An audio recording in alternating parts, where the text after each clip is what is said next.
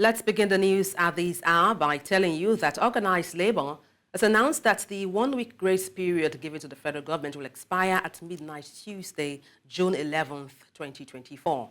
And speaking during an interview on Monday, Chris Onyeka, an Assistant General Secretary of the NLC, stated that if the government and National Assembly fail to meet workers' demands by then, the Nigeria Labour Congress and the Trade Union Congress will convene to decide on resuming the nationwide strike action that was paused last week. Onyeka emphasized that Labour will not accept a minimum wage of 62,000 naira or 100,000 naira, referring to these amounts as starvation wages.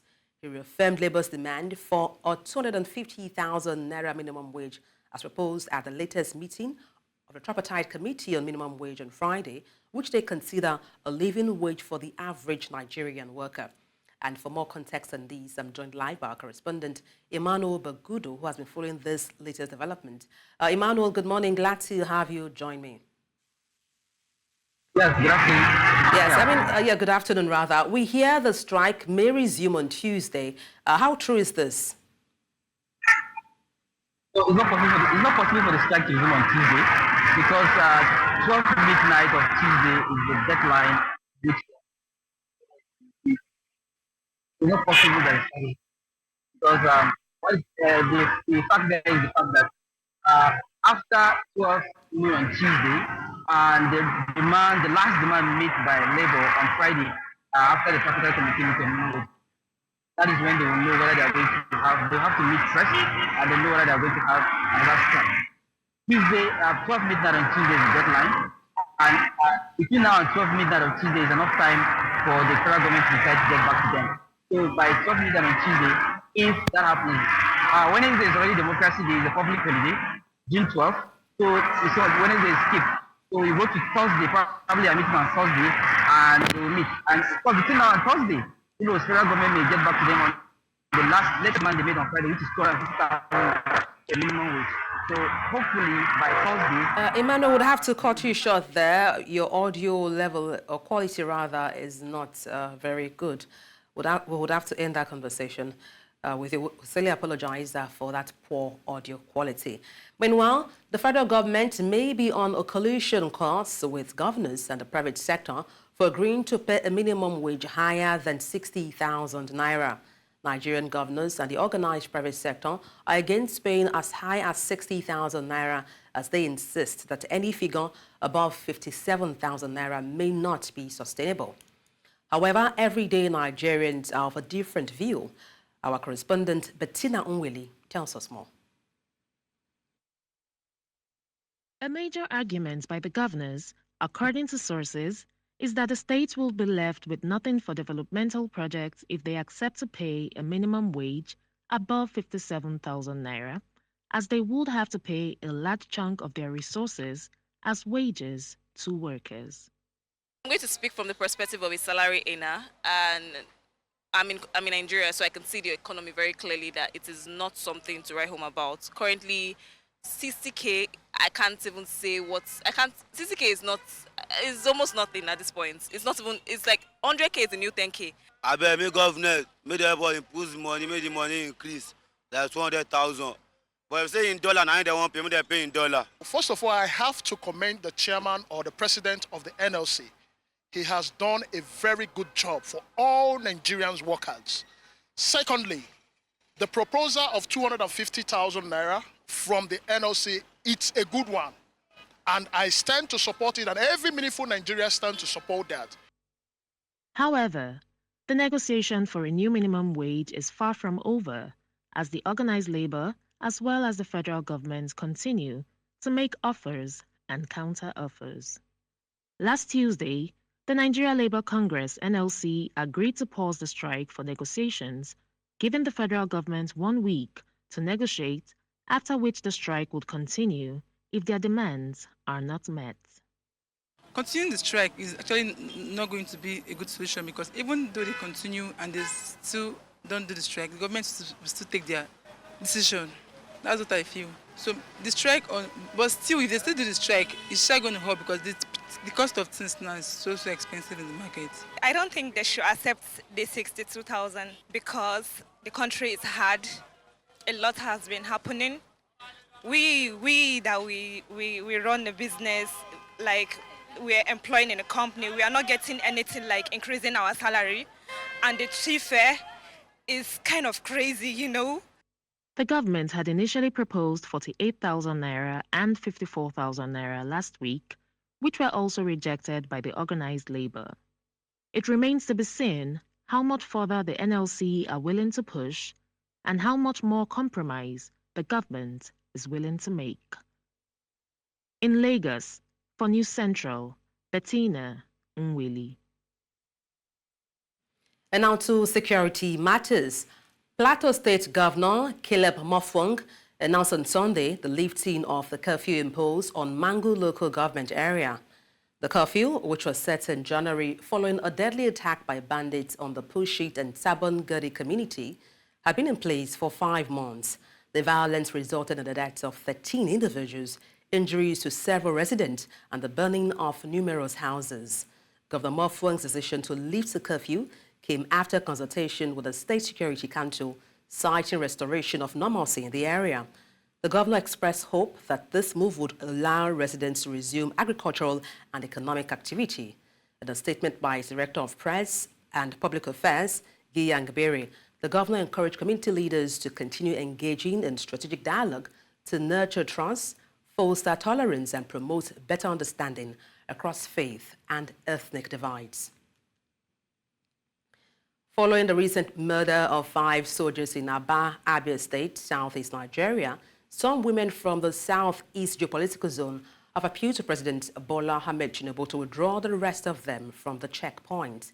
The army has, however, launched an attack on camps believed to be belonging to the indigenous people of Biafra and Eastern Security Network, as it recently confirmed the neutralization of some members of the group in Arochoko. Our correspondent Chinwo Gele tells us more. Since the murder of the 5 soldiers at Obikabia Junction in Obinwa local government area of Abia State on the 30th of May, there have been arrests and change in the operations of the army in the state. The outcry by the citizens of arrests of persons believed to be innocent got the attention of the governor, who embarked on visitation of the army formations in Abia South Zone, pleading that innocent citizens should not be punished in the course of scouting for the assailants.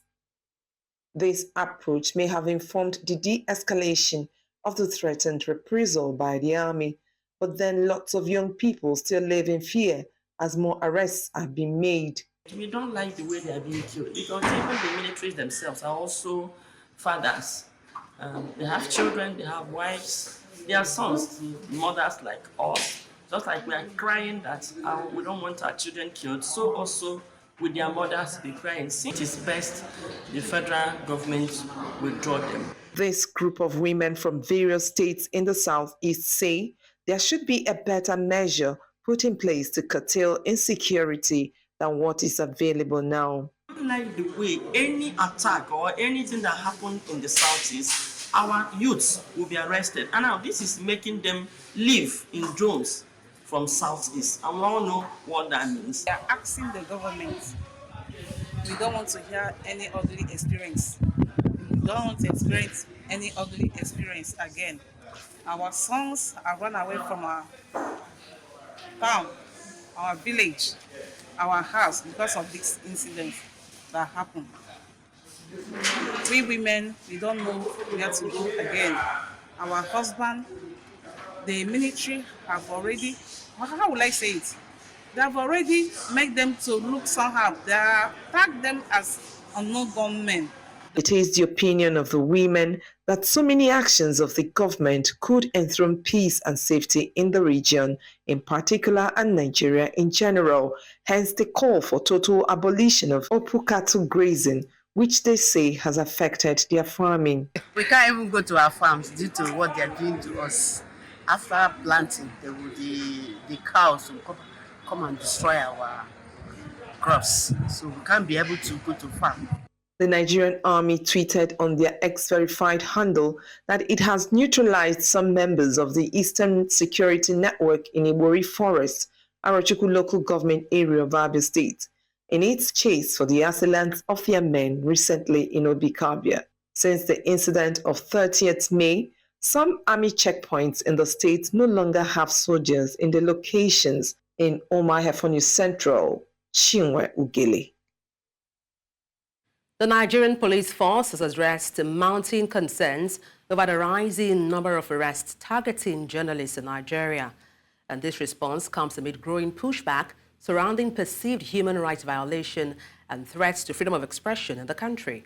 Our correspondent Ni Omoni throws more light.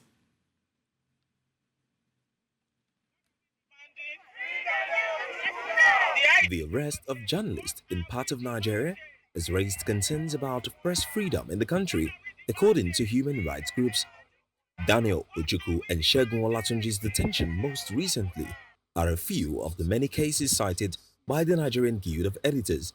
The instrumentality of the Nigerian security apparatus is set loose on these individuals as soon as they express views unfavorable to the administration, or in the case of journalists, as soon as they publish credible stories that cast the administration in an unflattering light.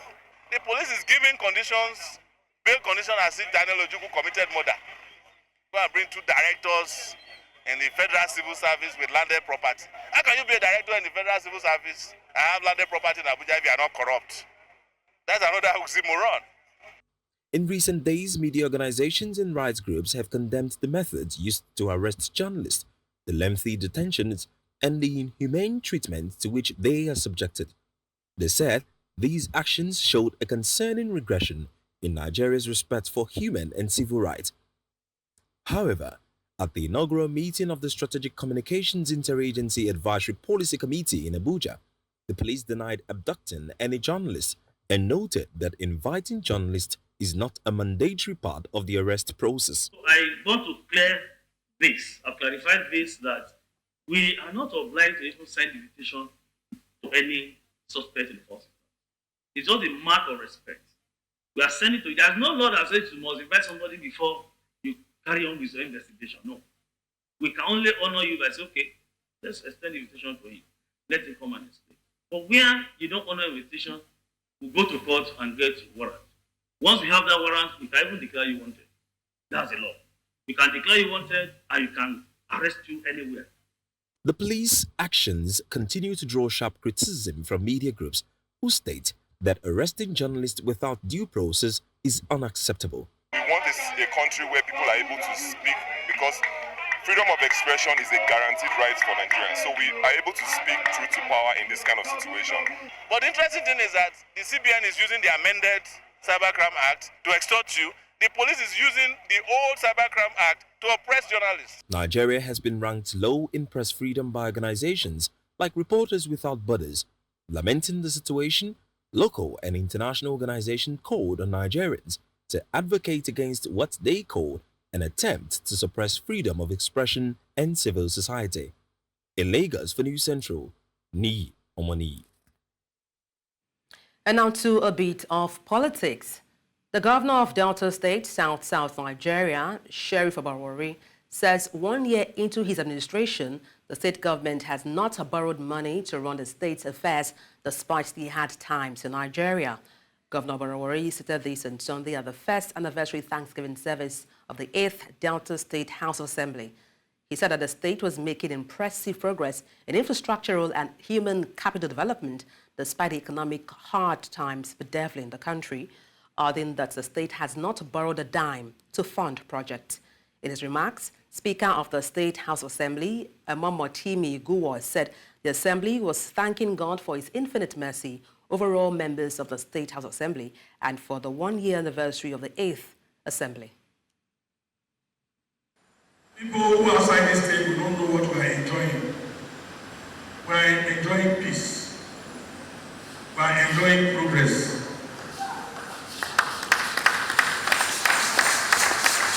There is also abundant for us to be with this hard time in Nigeria. Delta State has not borrowed 1 year. The level of benevolence we have enjoyed from His Excellency is unparalleled.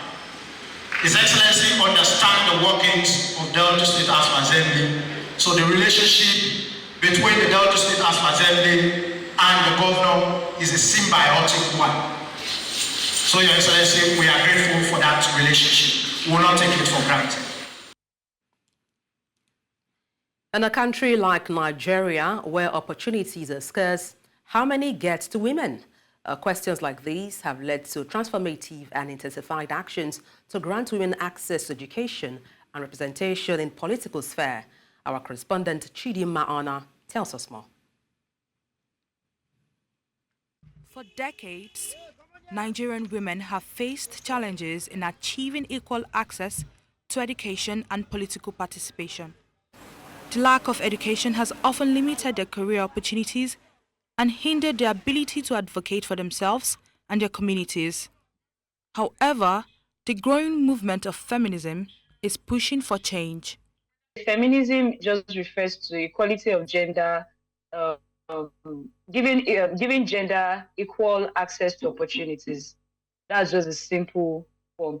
Giving equal opportunities, so whereby both gender, all genders, or whichever way you would like to classify it as, have equal opportunities to social opportunities, economic opportunities, political opportunities. It starts from even school, educating the female children that it's not all about, fine, we're encouraging children, female children now to be engineers and things like that. But politics, we need to encourage female children to, look at politics as future career prospect and things like that.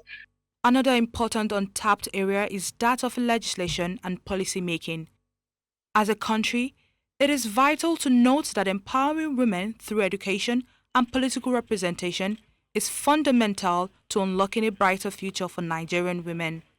For us to have gender caucuses or women caucuses or female caucuses in the National Assembly, we have to first of all be elected as women. If women are not elected, how do you speak of caucuses? So it's very important for us to start talking about how women will be well represented by first of all start to advocate, campaign and canvass. By having women visibly participating in politics and having more women representation, you could see that there are concrete examples across the world where parliaments that have more women have changed the country. In light of these pressing issues, government initiatives and civil society programs are working to bridge the educational and legislative gaps by investing in girls' education and encouraging women to run for office, which creates a better Nigeria where all citizens have equal opportunity to thrive. You're live with News Central TV. Let's take a short break. Stay with us. Nigeria's Minister of Information and National Orientation has launched the nation's audience measurement system for the broadcast media and advertising industry. The minister says that the system will position the advertising subsector for accelerated growth, attracting immense financial returns and helping advertisers get value for their money. Our correspondent Amadine Uyi tells us more. It was the launch of Nigeria's audience measurement system for the broadcast industry. In attendance were media and advertising professionals and their counterparts from the creative industry. This milestone represents a significant leap forward in the country's media landscape and is a testament to our commitment to innovation, adaptability, and the enhancement of the media industry in general. The introduction of this sophisticated audience measurement system is a groundbreaking achievement that aligns with President Bola Ahmed Tinubu's vision for a more prosperous and technologically advanced Nigeria. They say Nigeria's advertising industry has remained stunted in view of a lack of data, which has continuously shortchanged Nigeria's broadcast sector when compared to other African countries. It is disheartening to note that in spite of having more than 3 times the eyeballs in South Africa, Nigeria's television advertising market revenue is low compared to that of South Africa and Kenya, as we are the 3rd in the continent. If you are talking in terms of GDP, Nigeria has the highest GDP. In terms of population, Nigeria is over 200 million. Even the number of internet users in Nigeria, They are more than population of some other countries.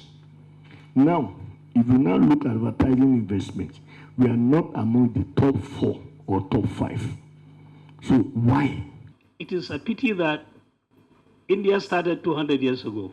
Nigeria is starting today.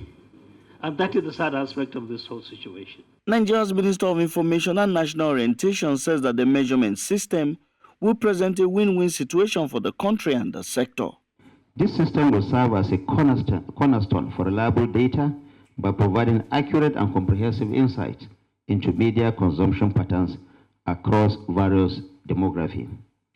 This system we are launching today holds immense importance in ensuring that our broadcasting endeavors are not only impactful, but also reflective of the diverse preferences and needs of our audience.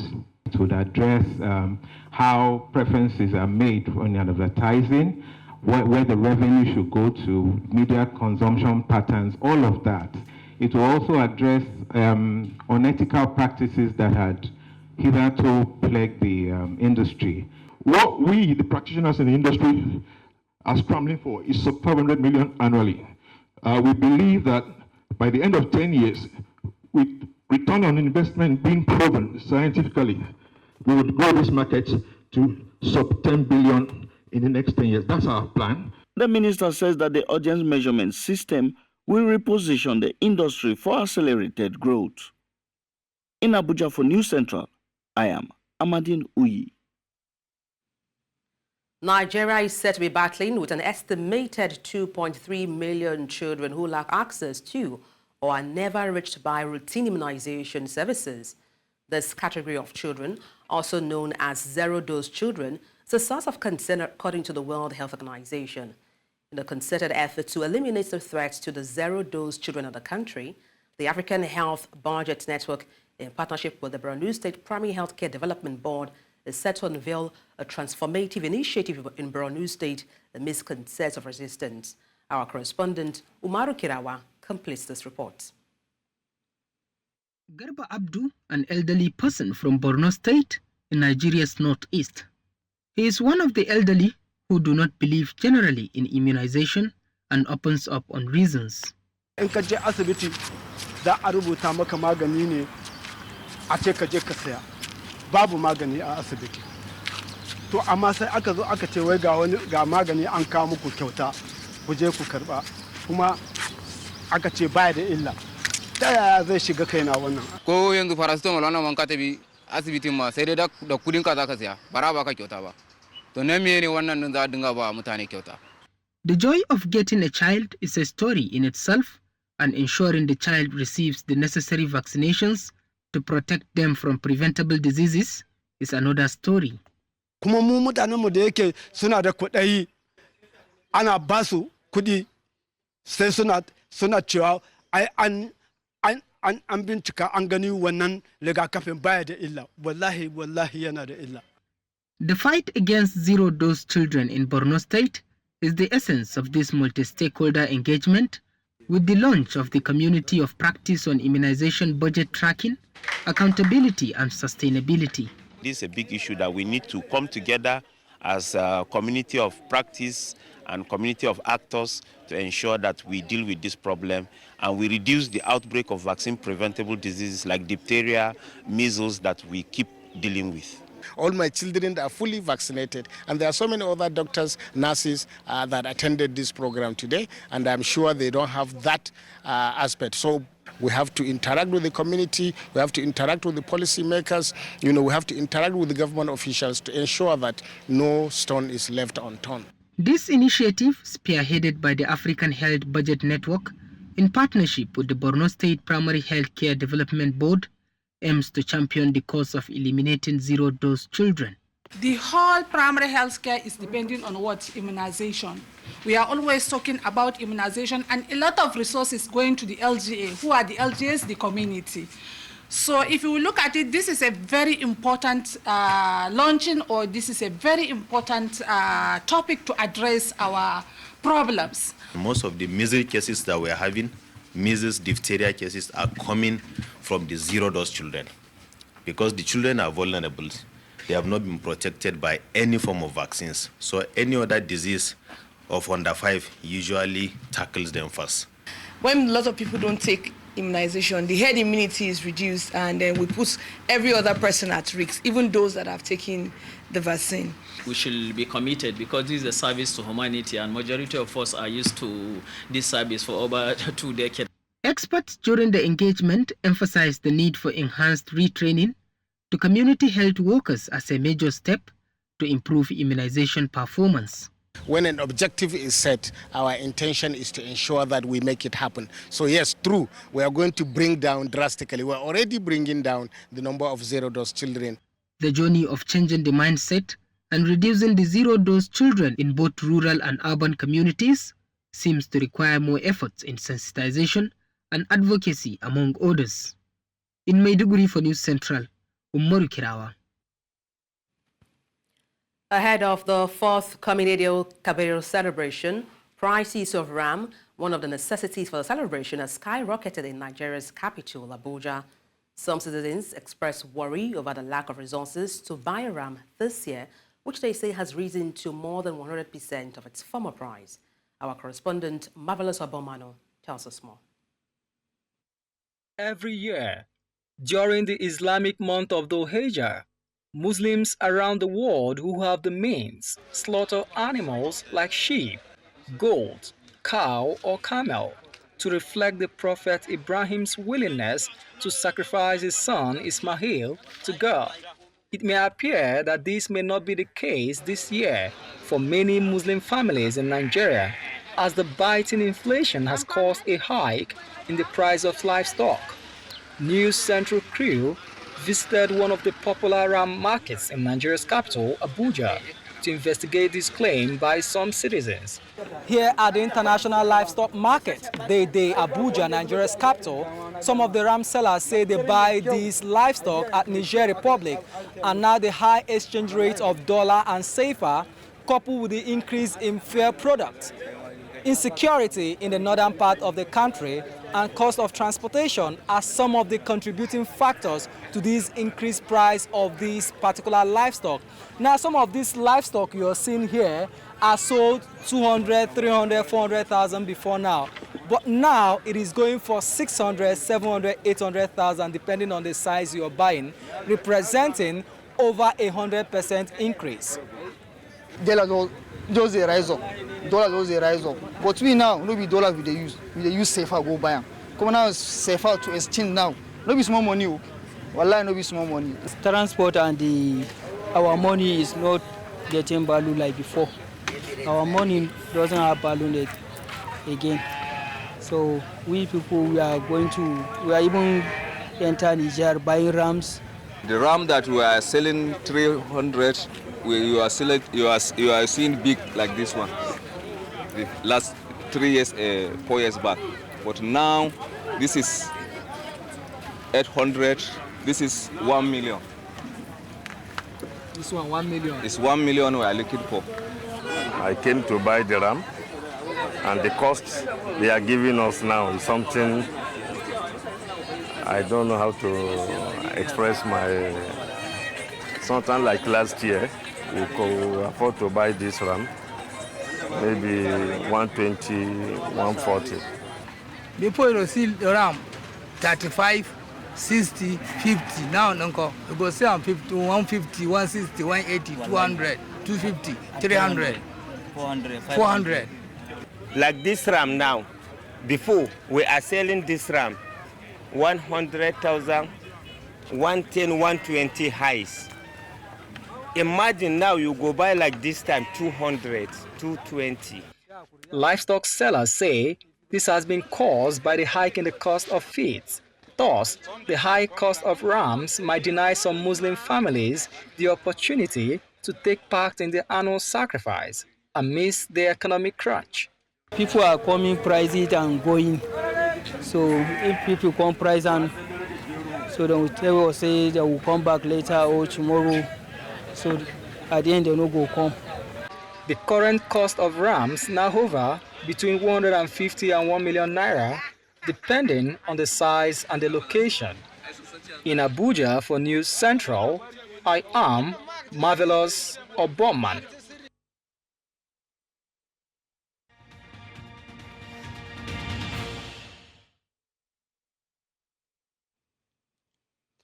Former President Donald Trump on Sunday criticized President Joe Biden's policies on the U.S.-Mexico border during a major rally in Nevada, a crucial battleground state for the upcoming November election.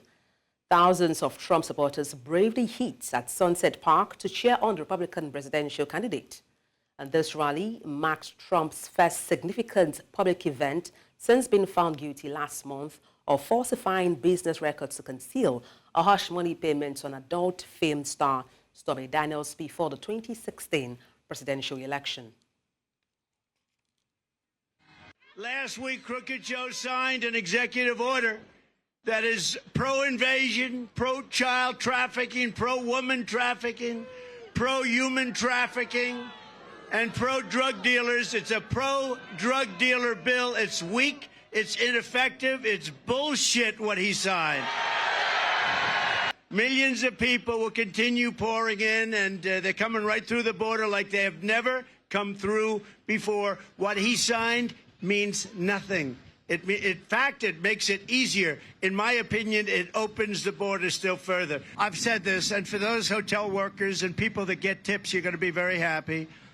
Because when I get to office, we are going to not charge taxes on tips, people making tips.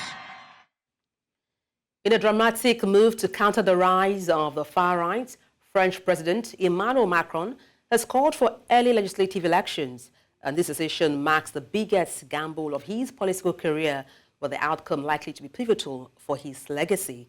In a nationwide address, President Macron announced that France will head to the polls for a new National Assembly on June 30th, with a second round set for July 7th. Now, this surprising announcement follows EU election projections showing the far-right National Rally, RN, received more than double the vote of Macron's centrist alliance. C'est pourquoi, après avoir procédé aux consultations prévues à l'article 12 de notre Constitution, j'ai décidé de vous redonner le choix de notre avenir parlementaire par le vote. Je dissous donc ce soir l'Assemblée nationale.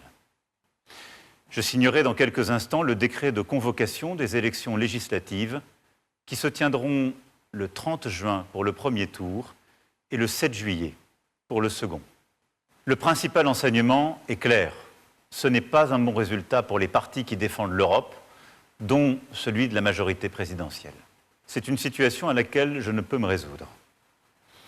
La montée des nationalistes, des démagogues, est un danger pour notre nation, mais aussi pour notre Europe, pour la place de la France en Europe et dans le monde.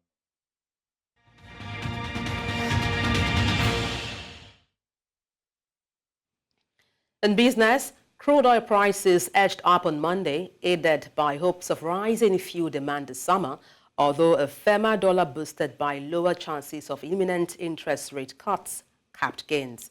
Brent crude futures gained 15 cents to $79.77 a barrel by 0644 GMT, and U.S. West Texas Intermediate crude futures was up 10 cents at $75.63 a barrel. On Friday, data showed the U.S. adds more jobs than expected last month, leading investors to trim expectations for rate cuts, which helped the dollar to rally. And state governments in Nigeria are getting set to eliminate electricity subsidies in their territories as more states gear up to join others in running their different power markets under their own laws. And a document put together by the Nigeria Governors Forum titled Development of the National Integrated Electricity Policy and Strategic Implementation Plan Policy, recommendations by state governments to the Federal Ministry of Power. The state also states that they would implement different electricity tariff in their domains. They made those recommendations based on enactment of the Electricity Act of 2023. The Act of 2023 is a federal law which repeals the Electric Power Sector Reform Act and is the extant legal framework for the Nigeria electricity supply industry. The pump price of a premium motor spirit, popularly called petrol, should drop to around 300 naira per litre with the commencement of massive production by the Dangote Petroleum Refinery and other indigenous producers such as operators of modular refineries. However, the local producers pointed out that this would be achieved when the government ensures provision of adequate crude oil to local refiners, stressing that refineries abroad were ripping off Nigeria. And speaking under the aegis of the Crude Oil Refinery Owners Association of Nigeria, they explained that what happened to the cost of diesel after Dangote started producing it would happen to petrol price once it is being produced massively in Nigeria.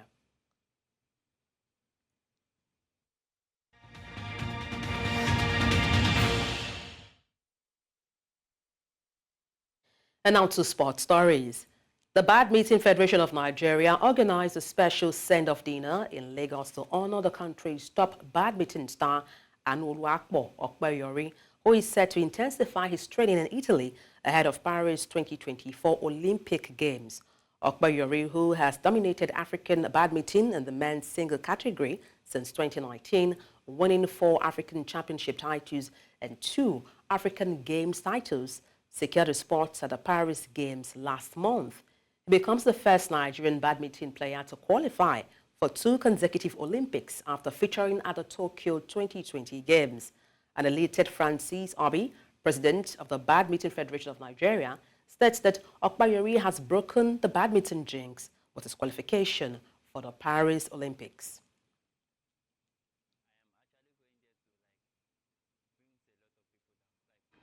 Players that they thought that cannot be beaten. So I want to show to them that we have talent here.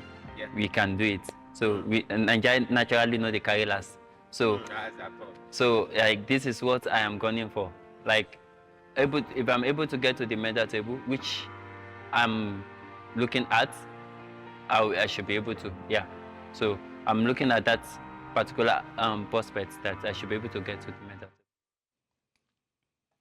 The Super Eagles of Nigeria will face off against Benin Republic in Abidjan, seeking their first win in the qualifying series for the 2026 World Cup. Nigeria, currently 5th in Group C, is eager to secure their first win of the qualifying campaign. The Super Eagles have drawn their initial 3 matches against Lesotho, Zimbabwe, and South Africa. Their most recent match ended in 1-1 draw against South Africa at the Godwin Akpabio Stadium. Coach Finide George, who revealed his disappointment with the draw against the Bafana of South Africa, is confident that the Super Eagles will bounce back and get their qualification. We have our sports correspondent, Favor Itwa, who is live in Abidjan. Favor, it's good to have you join me on the news. Favor, what's the mood like among the players as we... Thank you very much, Adibola. Good morning from this side. All right, Favor, it's good to have you join me on the news. What's the mood like there among the players as they set, get ready to play, Benin Republic?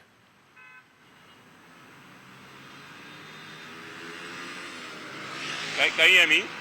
I can hear you, Favor. I was asking what's the mood like right there among the players, considering that disappointing draw in the opening, 3 qualifiers.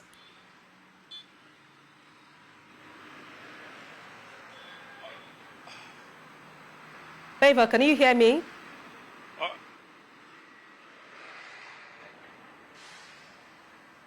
Yeah, I can hear you now. Yes, I was just asking what's the mood of the players right there as they get set to play at Benin Republic.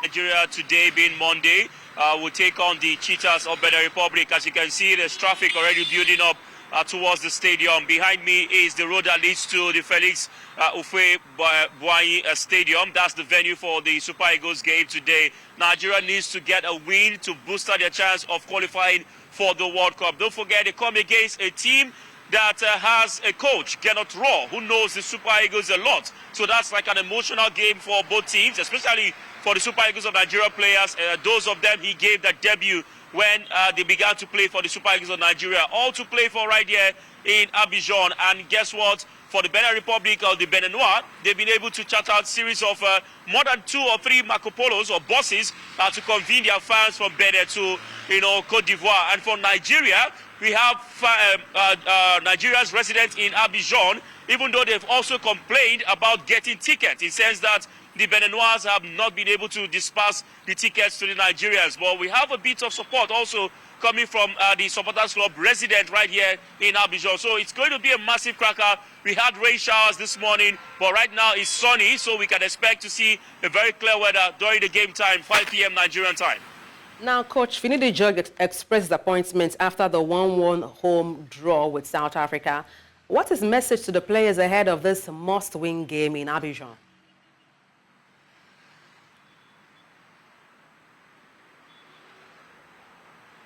Well, the message has to be for them to get a win. I mean, we started on a very, very terrible note, having to play 3 matches without a win. And the teams in that same group, Lesotho, talk about also Benin Republic, they've been able to garner wins in the group. So it's all to play for. If Nigeria must make it to the 2026 World Cup, it begins today with a win. And if they don't get a win, then we can also say we'll miss the back-to-back World Cups. Yes, we know we did not attend the 2022 World Cup in Qatar. So this is a special one, I must say, because, of course, we have 3 countries that will host the World Cup: Mexico, US, and Canada. So if Nigeria must play in the expanded World Cup tournament, then they have to begin with a win. But trust me, it's not going to be easy. With, of course, Genotro, he was talking about the players, yesterday during the press conference. He was mentioning each and every one of them because he knows them very well, having coached 5 years and 4 months. So it's going to be massive and going to be a big cracker. Yes, we have some players who will not be playing, of course, the fact of injuries, but we still have the in-depth squad from some of the experienced players in the team: Alex Iwobi, Wilfred Ndidi, and not forgetting Victor Boniface, who we hear might just be starting today. Well, Favor, fingers crossed. We hope Nigeria wins this match with Benin Republic. Thank you so much for your correspondence. Favor Itwa, who is live in Abidjan. And that's all under this. But before we go, let's take a look again at some of the major stories. New minimum wage talks end today. Labour awaits Tinubu's nod on 250,000 naira offer. Fighting in Sudan shuts last hospital in Darfur. The 10 Ugandan environmentalist Kwiriza regains freedom after international pressure.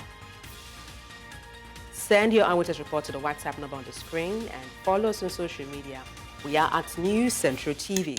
You can watch us live on DSTV channel 422, Star Times channel 274, Avo TV and YouTube. Many thanks for watching. I am Adebola Adeduba.